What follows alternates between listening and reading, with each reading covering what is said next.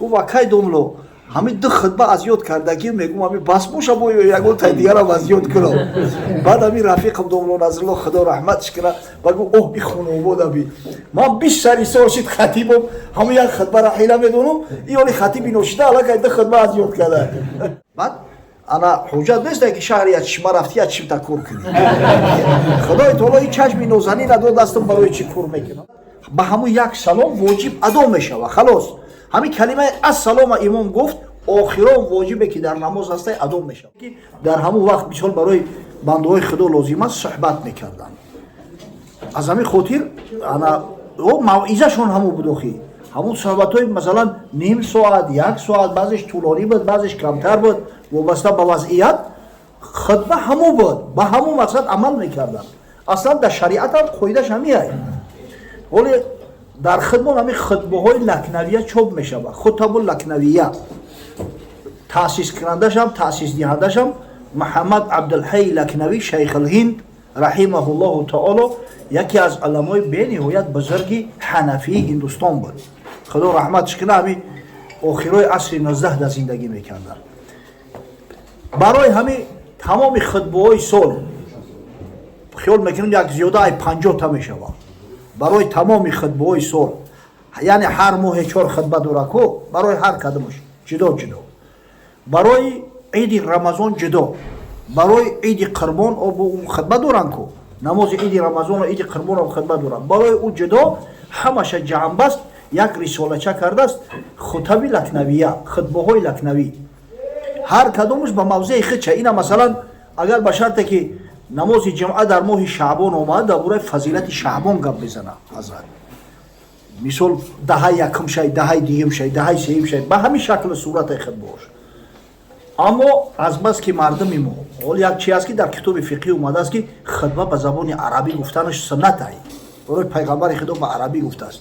اگر موعظه را بگیم که باید به زبان عربی کنن اولش که نه همه خطیبا از عهدهش میبرویند. آدمایی که عربی را آزاد گپ زنن و ببرویند موعظه‌شون به عربی کنن راستی نادیرن کمن در خدمت. دویمش مهمتر مردم نمیفهمند. بیچاره مگر هم با سینخرون پریواچ گوری خودش دام هر گپی که میگه خودش با ترجمه کردن بگیره. اب جای مثلا صحبت زیاد کردن موضوع را زیاد گفتن تکرار زیادتر میشه. از همین خاطر در همین ماوراء نهر خراسان عادت شد پیش از نماز جمعه عادتا صحبت میکنن اطراف موضوعهای داغ روز، اطراف اینمی صحبت مثلا موعظه‌ای که گوش میکنیم. بعدم از بس که پیغمبر خدا صلی الله علیه و سلم قبل از نماز همون دو خطبه را خونده است با تقلید به پیغمبر خدا صلی الله علیه و سلم تبرکاً یگون خطبه را میخونن به زبان عربی. همون خطبه را هم هر خیل میشه واقعی زیاد است نمودهای مختلف داره. فقط خیلی میگن هم یه تشبسه یا خیچ کمه که نیخه خطبه زیاد ها اگر نه هست اگر ذوق داشته باشه کسی مثلا ای خطیبای یاره برای هر یک جمعیتش تیار کنه و بخیزه بخونه. نه که نه ملکه مونده است نه حواس مونده است. خیلی یه تشبیه شما میشوه. یا واقعا یادم است در یک مسجد خطیب ایواز کردن. این زمانای خدا رحمتش کنه قاری امان الله بود، مفتی قاری امان الله بودن. با خطیب اینا اوجا شد از بس که ولی نوکار است ولی تجربه کامل نداره با حیث مشاور ما را اونجا فرستادن اون مسجد. بعد رفتیم شب رفتیم شب جمعه پگاه نماز جمعه. بعد در ضمن سوال کردیم همون خطیبی نبا که جورا خی روزای اول شاید مشکل باشه همون خطبه را بگی کتابای خطبه هستن بگی از روی هم کاغذ از روی کتاب انشالله بخون. بعد با مرور زمان استا از یاد میکنی یگون اشکال نداره. بعد در آینده از حفظ میکنی. او وکای دوملو همین دو خطبه از یاد کردگی میگم همین بس باشه با یگون تا دیگرم از یاد کنم. بعد همین رفیقم دوملو نظرالله خدا رحمتش کنه بگو اوه بی خونه بود ابی من 20 سال شد خطیبم همین یک خطبه را حیله میدونم این خطیبی نوشته الان که دو خطبه از یاد کرده.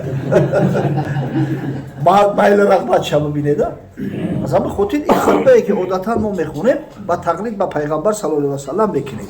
اما فراموش نکنیم که خطبه رسول الله صلی الله علیه و سلم موعظه شون بود. موعظه همون هفته همون ماه همون مسائل داغ در همون خطبه میگفتن. خداوند بزرگ حفظتون کنه.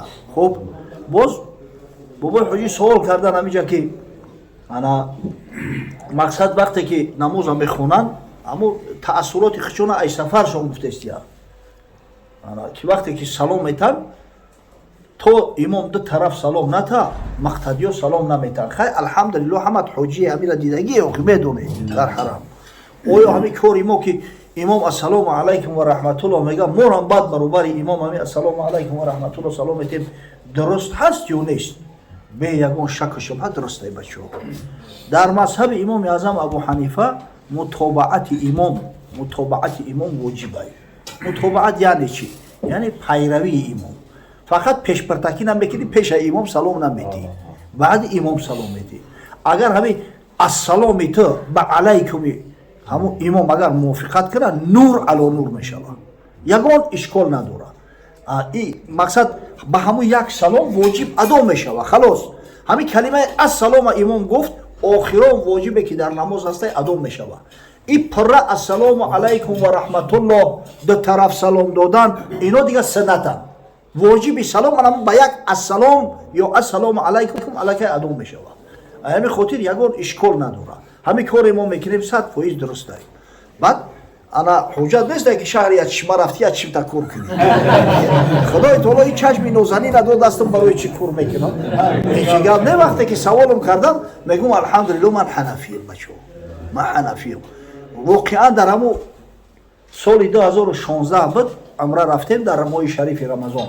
همین خیلی فتنه هاشی متاسفانه بعضی هم به بسرا اومده دعوا و جنجال برداشتن در بین حاجی‌ها که در شما غلط میکنه شما رنگ شتر وری سجده میکنه در وقتی سجده کردن اول باید دستا را بگذاری و بعد زانو را بگذاری همین خیلی بعضی فتنه ها کردن بعد یک نفر شود همون مقصد که در پیش ما غلطید ما گفتم که توی تری سفسطه‌گویی نکن برادر هر کاری که ما میکنیم الحمدلله در مذهب همه طبق سنت پیامبر صلی الله علیه و سلم ای حضرت گفت از شتر وری نشینه دسته بخوری اومد از ای بچه سواد داری بعد از همین جامع سنن امام ترمذی روایت صحابی بزرگ پیامبر صلی الله علیه و سلم وائل ابن حجر نشانش دادم در یک روایت اومده است میگه که رأیت رسول الله صلی الله علیه و سلم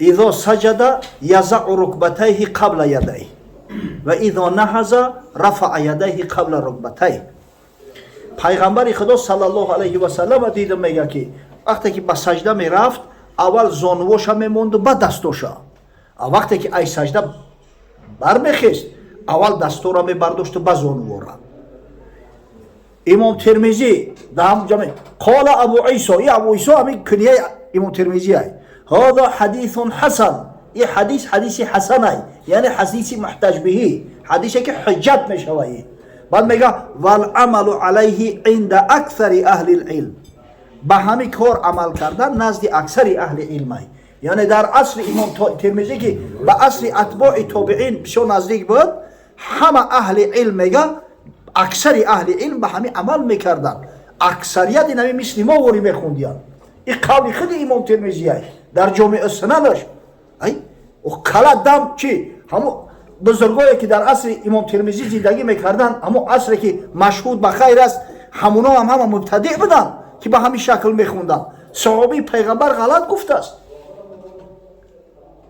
اصلا بگیریم همین اختلافایی که در مذهب شد اختلافای فروعی را در نظر دارم به خاطر اون است که صحابه پیغمبر هر سه پراکنده شدند آخه صحابه در پیش هر کدامش از پیغمبر خدا صلی الله علیه و سلم یا علمی هست اما علمی که از پیغمبر گرفته بودن برای مردم رساندن در هر منطقه و هر مکان مردم همون منطقه همون قول قبول کردن این همی خیلی با اویسته در زمینی همی بمشید مذهب میگن مذهب ابو حنیفه یعنی چی؟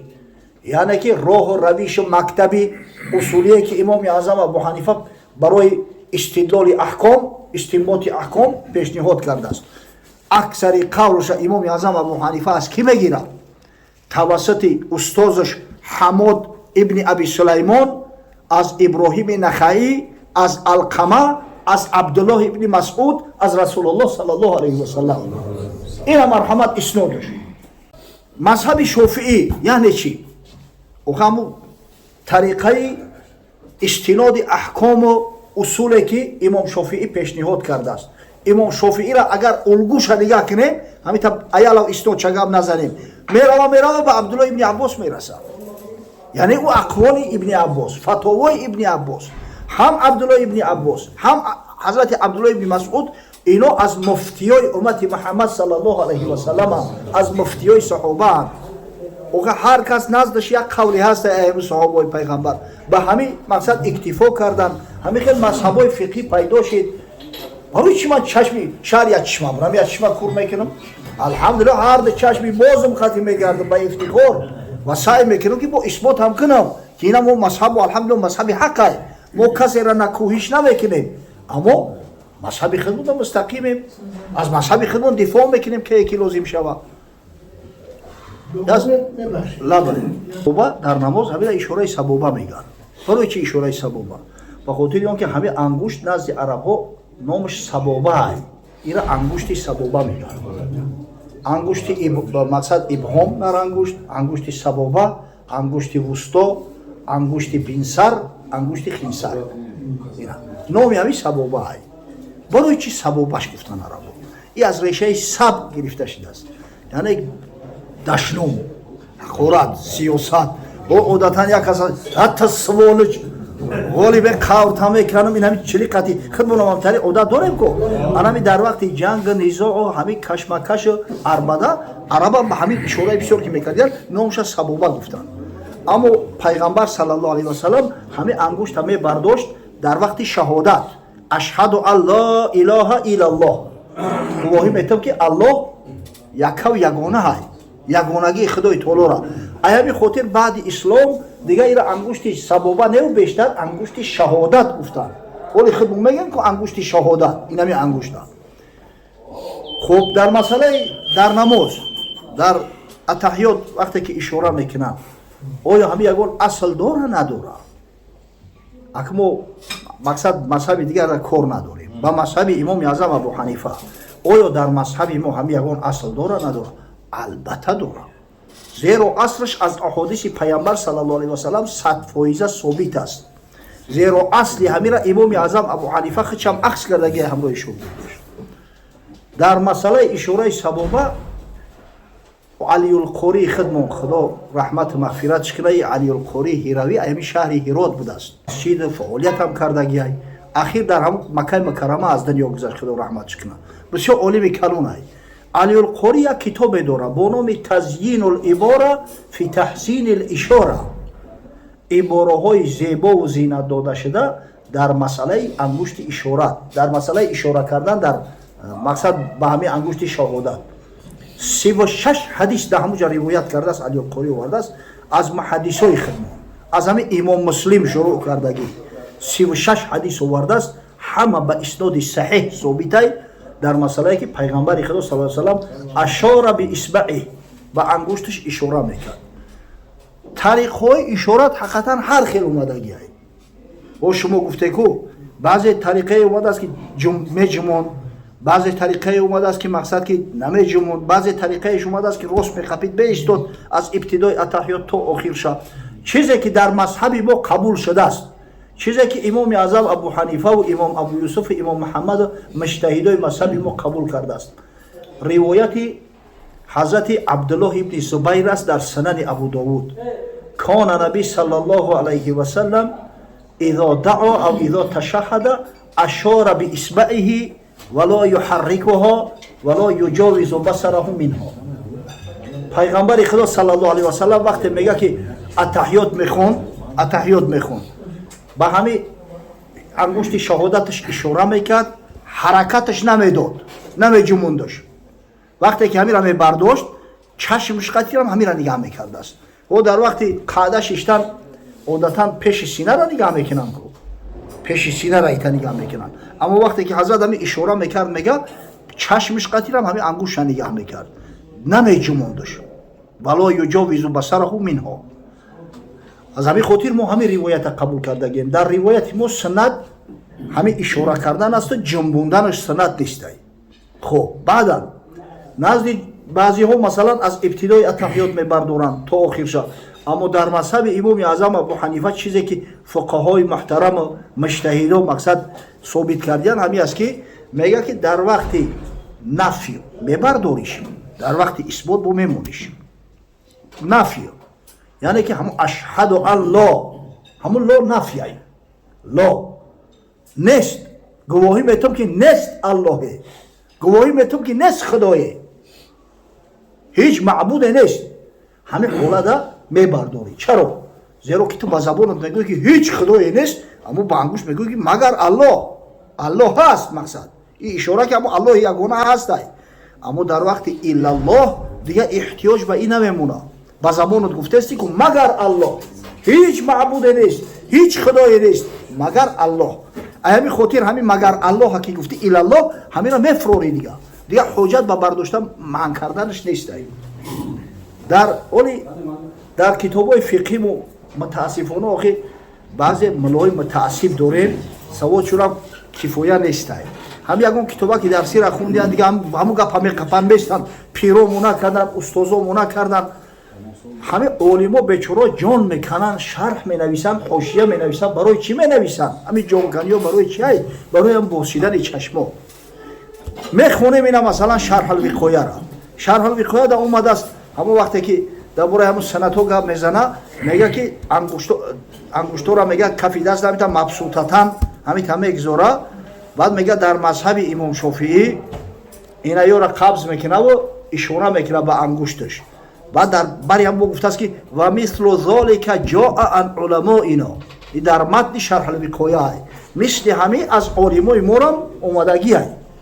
انا در حاشیه شرح الوقایه در عمدة الرعایه فی شرح الوقایه محمد عبدالحی لکنوی که صفت چه کردم تونکو و گفتم که مجموع خطبه ها را مجموعه الخطب داره موافق هم مذهب حنفی. این شیخ الهند یک اگه دقل شوم حنفی کروک بود، با وجود یا که به درجه اجتهاد میگن مردم رسیده است تا آخر حیات از تقلید رو نتفته. تقلیدی مذهب امام اعظم ابو حنیفه را ترک نکرد از همین حضرت. به نهایت شخصیتی بزرگ است. اگر چنده که عمرش زیاد نبود، همین تخمین 40 چند سال عمر دیدگی است، اما باور کنه روی خطی همون رساله‌اش هم میخونی در تعجب بمونی. زیاده از 100 تا کتاب رساله از خودش باقی مونده است. همین بیچاره در شرح الوقایه یک حاشیه بسیار زیبا و بزرگ نوشته است.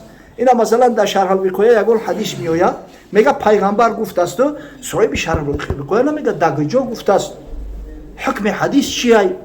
وقتی که گپ زدی با دلیل میپرسم که این حدیث تا کجا گفته استی؟ نمیشه بگویی که ای شرح الوقایه گفته است.